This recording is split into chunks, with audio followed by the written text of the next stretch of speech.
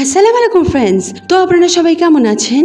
আশা করি আপনারা ভালো আছেন আর দোয়া করি আপনারা ভালো থাকুন। ফ্রেন্ডস, আজকে আমি আলু দিয়ে আপনাদের জন্য একটা মজাদার ইফতার রেসিপি নিয়ে এসেছি, যেটা বানালে আপনারা বারবার বানাবেন আর আশা করি সবার ভালো লাগবে এই রেসিপিটা। আর খুব সহজভাবে কিন্তু এটা বানানো যায়। আর এটাকে 10 মিনিট ডিপ ফ্রিজে রাখার পর জিপলক ব্যাগ বা এয়ারটাইট বক্সে স্টোর করেও রাখতে পারবেন। চলুন শুরু করি। বিসমিল্লাহির রহমানির রহিম। 3টে মিডিয়াম সাইজের আলু সিদ্ধ করে নিয়ে ম্যাশ করে নিলাম। খুব ভালোভাবে কিন্তু ম্যাশ করে নিতে হবে, একটু আলুর টুকরো যেন না থাকে, এমনভাবে ম্যাশটা করবেন। হাতের সাহায্যে বা ম্যাশারের সাহায্যে যেভাবে পারুন ভালো করে ম্যাশটা করে নেবেন আর গরম গরম অবস্থায় ম্যাশটা করবেন।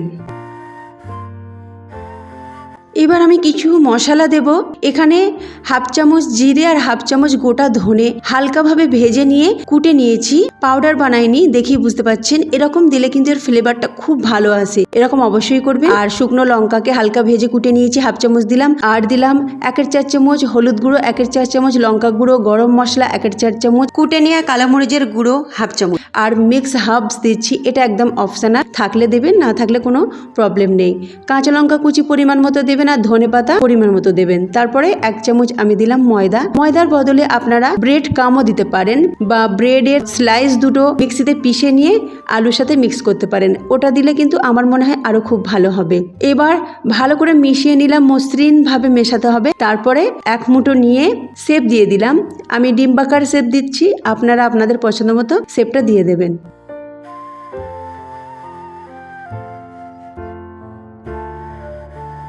এইভাবে ডিম্বাকার শেপ দিয়ে আমি প্লেটে রেখে দিচ্ছি। প্রত্যেকটা এইভাবে বানিয়ে নেব। তারপরে 10 মিনিট ডিপ ফ্রিজে রাখবো।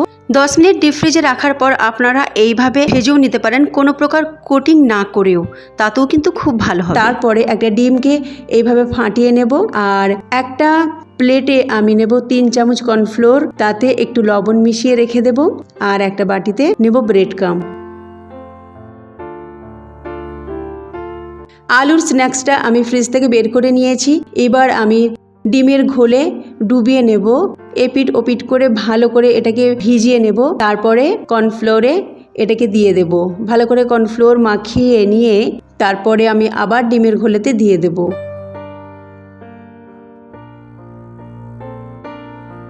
এবার এপিট ওপিট করে ভালো করে ভিজিয়ে নেবেন। তারপরে ব্রেড ক্রাম্ব আছে বলেতে দিয়ে ভালো করে নাড়িয়ে নাড়িয়ে পুরো ব্রেড ক্রাম্বটাকে মাখিয়ে নেবেন, পুরো যেন ভালোভাবে ব্রেড ক্রাম্বটা মেখে যায় আলুর এই স্ন্যাক্সে।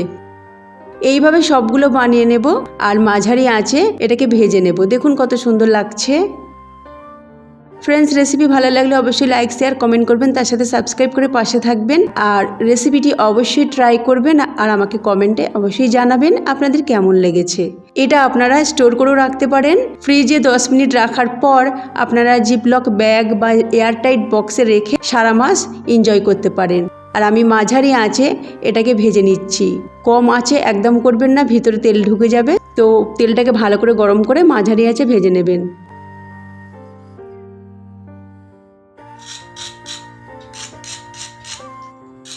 কতটা মচমচে আর খাস্তা হয়েছে বুঝতে পাচ্ছেন আওয়াজটা শুনে। একটা ভেঙেও দেখাচ্ছি।